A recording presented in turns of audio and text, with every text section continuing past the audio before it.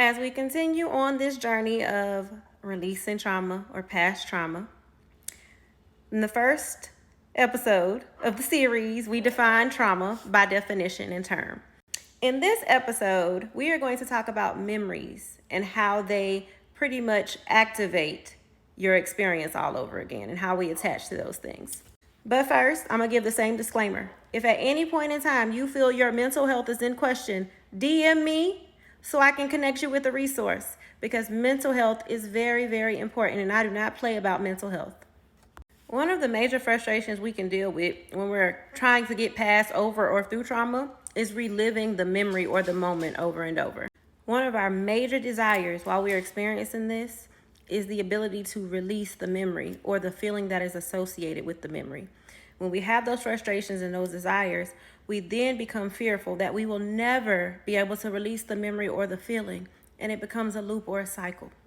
What tends to happen is we relive that moment, we become activated, we think of the person that may have hurt us, or we think of the incident that may have happened, and we relive the moment and the fears and the emotions that are attached to us, which obviously sends us in a loop, and it keeps happening over and over and over again.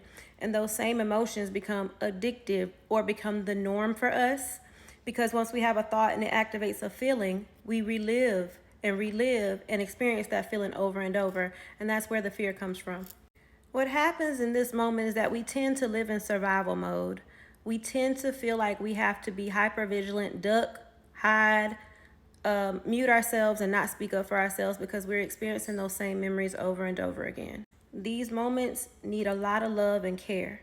It's important to be mindful of what you're experiencing at any time.